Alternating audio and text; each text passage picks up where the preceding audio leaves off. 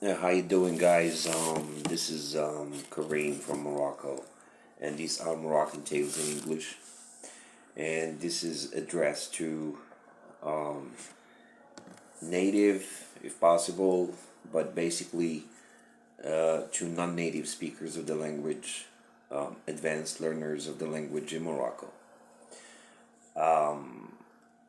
This is a real story because I'm gonna like the stories I'm gonna be telling you. The ones I'm gonna be relating are related to my life itself, like real events that really took place in my past life, and they they were a little bit kind of weird or bizarre or I don't know, funny, whatever. So I'm gonna start. I remember in 2007, I was working in Gulmim. I was teacher of English in a high school, needless to name it. And I didn't have so many friends. I had married in 2004, and before I led a normal life of a married man who would go to his job every day and teach his students, and who had good relationship with everybody around, but was not friends to so many people. I had those kind of casual friends, the ones that you meet in a cafe, the ones that you can have a drink with and chit chat a little bit around some beverage, or just even have lunch or whatever. Like, but yet I had a friend whom I paid visits to where he lived. He was also a teacher, and he was somebody who was intellectual, and I always wanted to hang around people who were intellectual so that we could find issues and topics to handle while or to discuss. I was married. I met him in 2007. I was married and we became friends. He was not married, so most of the time I was the one who paid him visits in his place. Um, you know, our friendship was a strong one because we wouldn't have a day pass without, or 2 days pass without seeing each other and having some time to talk and get together. Um, Months elapsed, and in the summer um, we were not, we didn't belong to Gulmim city. So I'm from Kinitran. He's from another city. So in the summer, each one of us would go visit their relatives in during the holidays. And one summer he came after the holidays with somebody along, and it was a nice lady. He said she was his wife. He got married. He had got married during the summer, and he brought her with him the following year in the beginning of the school year, and it was nice. The only problem was the fact that she was a stranger to the city. She didn't know anybody. She didn't have any friends. She didn't have any person to spend time with, since her husband would soon started going to work every day, and she was a housewife, so she would be staying home all day long, not doing anything. um it happened that she got her ankle twisted one day and she needed some kinesiotherapy, and my wife happened to know somebody who was a neighbor of ours, so she took her to that little hospital where they treat these kind of injuries. And my friend's wife thought that it was it was really like a moral obligation to invite us for dinner, like because my wife had helped her. She did so. We went, I and my wife. We had some good time, family to family, and especially at that time, we didn't like. We had I and my wife had two little babies that we could leave at my mother-in-law's house whenever we wanted to go anywhere. So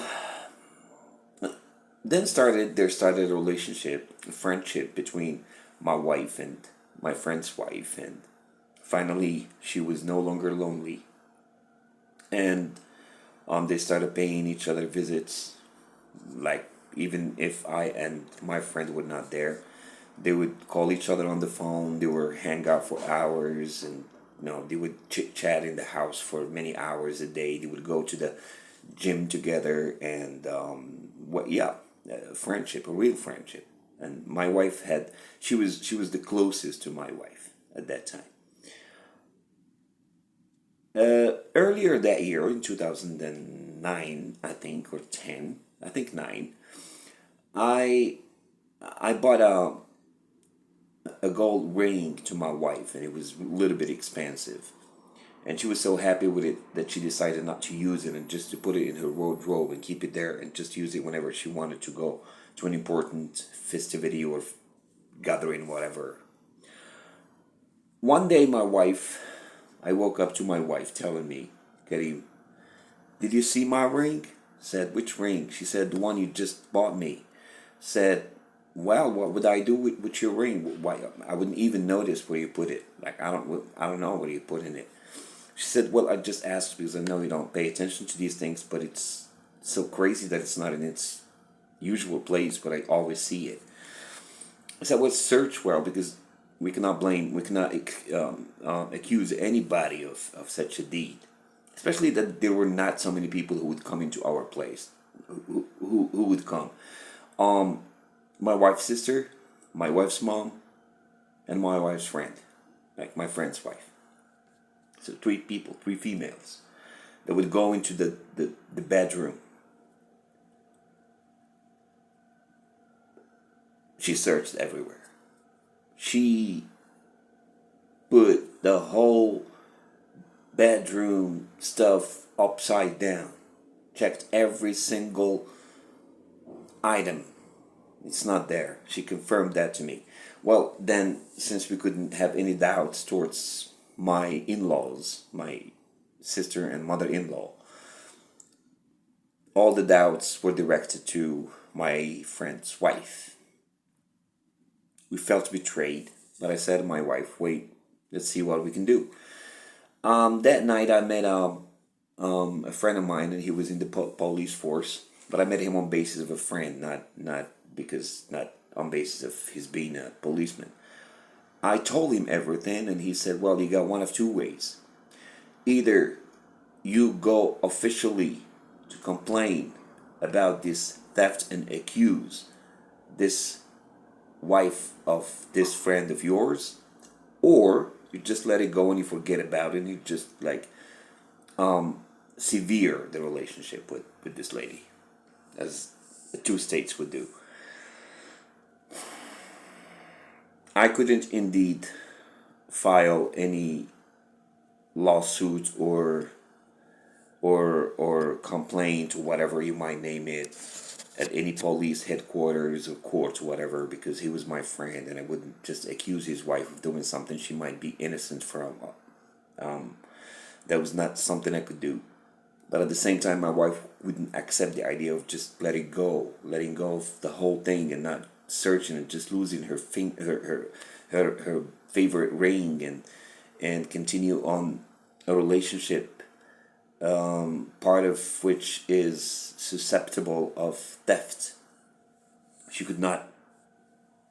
She would not be comfortable in a relationship, in a friendship like that, with a woman she doubts had stolen her favorite ring, an expensive ring. So there must have been a solution. So an idea hit me, an idea occurred to me, and it's not really ethical, and I would not advise people to do it, but that was the only thing I did. And the only thing that makes it okay now for me is the fact that it worked. And we could reach the truth. One day, I said to my wife, well, I have a very adventurous solution indeed, and I would take high risks. She said, well, okay, if it's too risky, don't. I said, well, I'll do it, because I was always somebody who was thrilled with adventures, and you name it. I love detective stories, and I write them, and I said, the next time she comes to you, try to seek a way how to fool her into, like, making like seasoning the right moment to take hold of her keys, of the keys to her apartment, and give it to me. Like whenever, if she comes and I'm there, it's fine. If she comes and I'm out, you give me a phone call. You tell me she's here. Come around. Be close.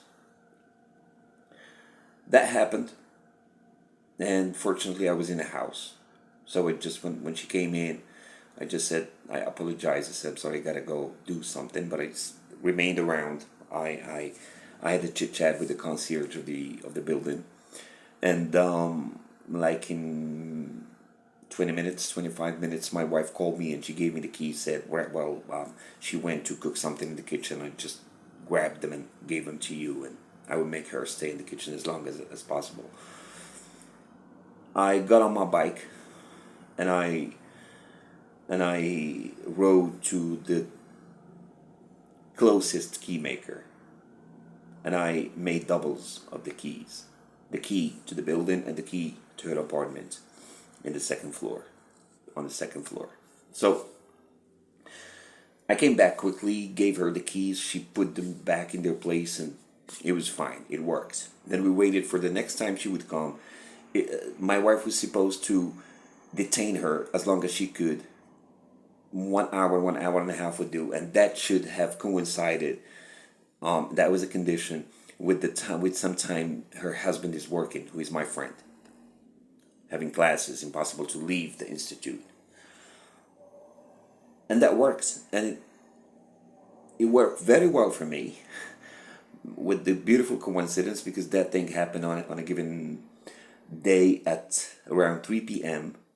when the city is usually deserted except for the people who are at work or in schools. There was nobody who would be like loitering around or like just wandering around. So there was nobody. I took the keys, the double, the fake copy. I opened the building. I sneaked upstairs. I opened the apartment's building. Earlier, I had asked my wife about the usual places where women hide their stuff, their precious stuff, expensive stuff, or valuable things. And she showed me certain places, especially that drawer in which usually you put the socks and the the underwear. And believe it or not, when I went into the house, the apartment, my heart was beating like crazy inside my chest because I had an idea that my friend might miss a class for any reason and just come back home and find me there. Even his wife might, I don't know, for any reason, leave my wife and come to the house and find me there. I don't know. Some neighbor knocking, I don't know. My heart was beating. I was so scared. But at the same time, I had to do it. So I collected what remained of my adrenaline and I just continued to search. And guess what? I found the ring in its little box, in that drawer, in her compartment of clothes.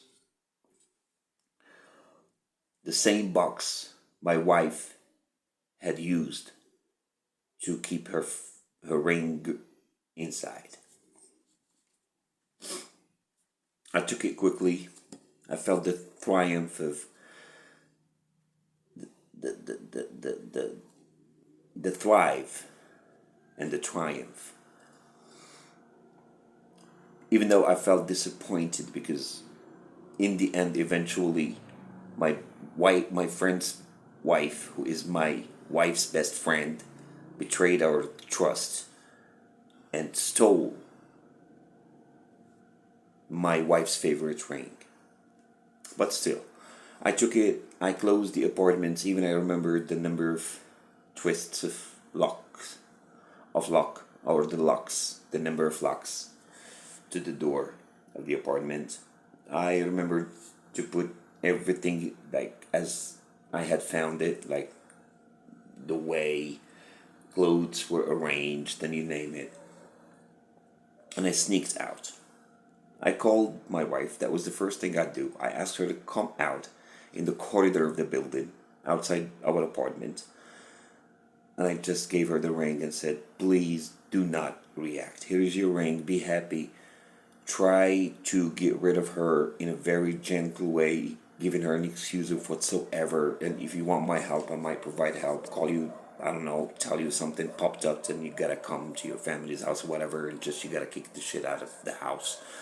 And that's what we did. And finally, I asked my wife to just let it go, let her get tormented with the idea of where is that ring, because who got here. She would ask her, she would know if she should ask her husband, who is my friend, or she should ask him. And if she asks him, how would she like, what would she tell him about that ring? Where did it come from? And things like that. So I said, let's get contented with the kind of crazy shit that is going to happen in their household, in their place. And that's it. And then bit by bit we stopped this relationship, but it just continued for 2 or 3 days, because one day, 3 days later, this friend's wife came to visit my wife, and my wife just kicked her out. She said, don't come here, you thief. Don't come back here, you thief. And of course, her husband came. There was some heated discussion, not reaching quarrel, but they departed, they left, and the female's relationship stopped, friendship stopped, and my friendship with my friend deteriorated with the time, until I moved from Gulmim to Casablanca a few years later. 1 year or 2 years later. Well, that was the story, my friends. I don't advise people. I'm not advocating what I did. I'm not saying that it was ethical, that it was good, but that was what occurred to my brain the moment that problem popped up, and that was the solution I could find to get good results, to subside our doubts about best friends, to make sure that they are not good friends, or at least she, the wife. Getting back the ring, of course. And yeah, if there is any moral out of this, in the comment section. Thank you very much.